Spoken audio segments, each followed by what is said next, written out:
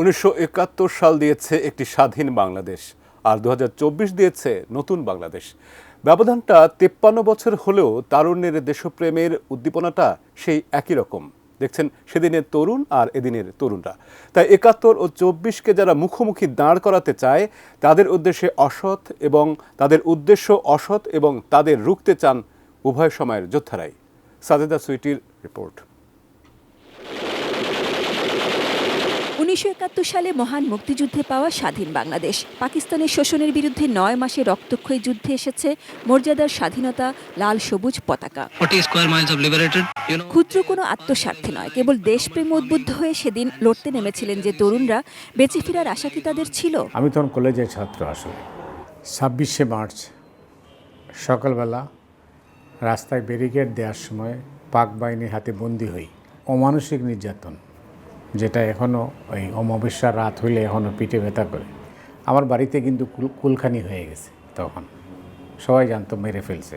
কারা কীভাবে ছাড়লো এটা আমি জানি না। আমি যখন বাড়ি যাই তখন লোকজন সবাই আমাকে দেখতে আসে, কারণ জানে যে লোকটা মারা গেছে। 2024 সালে সেই তেজই যেন দেখলেন এই যুগের তরুণদের চোখে মুখে। কিন্তু কল্পনারও অতীত, কারণ কেউ চিন্তাও করে নাই যে এইভাবে ছেলেরা রাস্তায় সামনে দাঁড়িয়ে এইভাবে ট্যাঙ্কের সামনে অথবা গুলির সামনে, মেশিন গানের সামনে দাঁড়িয়ে আছে।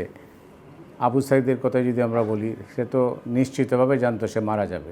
বসুন্ধরা টিস্যুতে ছাড়ের ছড়াছড়ি। বসুন্ধরা টিস্যু নিয়ে এলো নিশ্চিত ছাড়। তারপর তো সে সামনে ছিল। 2024-এর বিজয়ীরাও বলছেন তাদের বিপ্লবের শুরু থেকে পুরোটাই ছিল 71-এর প্রেরণায়।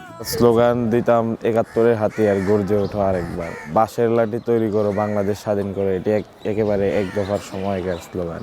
তো এগুলো আসলে কোথা থেকে এসেছে? তো আমরা আসলে 71-কে ধারণ করেই কিন্তু আমরা 24-এর এই গণ অভ্যুত্থান সেটা ঘটিয়েছি। তবে একটি পক্ষ লাগাতার 1971 এবং 2024 সালকে মুখোমুখি করে দিচ্ছে, বারবারই বিতর্কিত করতে চাইছে 2024-কে, যা দুই সময় যোদ্ধারাই দেখছেন এবং বুঝছেন ভেতরে খেলাটা। অপরাধ করি নাই, ভুল করি নাই, আমি কেন ক্ষমা চাইবো বা আমি দুঃখ প্রকাশ করব, এই মনোভাব থাকলে জামাত যেভাবে সাফার করেছে আওয়ামী লীগও ঠিক সেই রকমই করবে। 71 এবং 24-এর মধ্যে কিন্তু তুলনা হয় না। আর 71-কে যদি আপনি ছোটো করেন, খাটো করেন, তাইলে 24 হয় না। মৌলানা ভাসানী, তার অবদান তো আমরা স্বীকার করি নাই, বা জিয়াউর রহমান অবদান স্বীকার করা হয় নাই। প্রত্যেকের অবদানকে স্বীকার করে নতুন করে যে ইতিহাস লেখার প্রয়াস সেটি নেব ইনশাল্লাহ। নানা মত থাকবে, নানা পথও থাকবে, কিন্তু কথা যখন দেশের স্বার্থ রক্ষার, তখন উভয় সময়ের যোদ্ধাদেরই একই মত, একই পথ বলছেন তারা। আগামী 16 ডিসেম্বরের আগে আমরা বাংলাদেশ রাষ্ট্রকে এমন একটি পর্যায়ে দেখতে চাই যেখানে সারা বিশ্বের সকল জাতি বাংলাদেশ এবং বাংলাদেশি এই দুটি শব্দকে খুবই সম্মানের চোখে দেখবে। এই হুজুগ থেকে বের হয়ে এসে বাস্তবতা মেনে নিতে হবে। আর ইয়াং জেনারেশনের হাতে যেহেতু নেতৃত্ব যাচ্ছে, আমি আশাবাদী বাংলাদেশ সত্যিকার অর্থেই নতুন এক বাংলাদেশের যাত্রা করবে।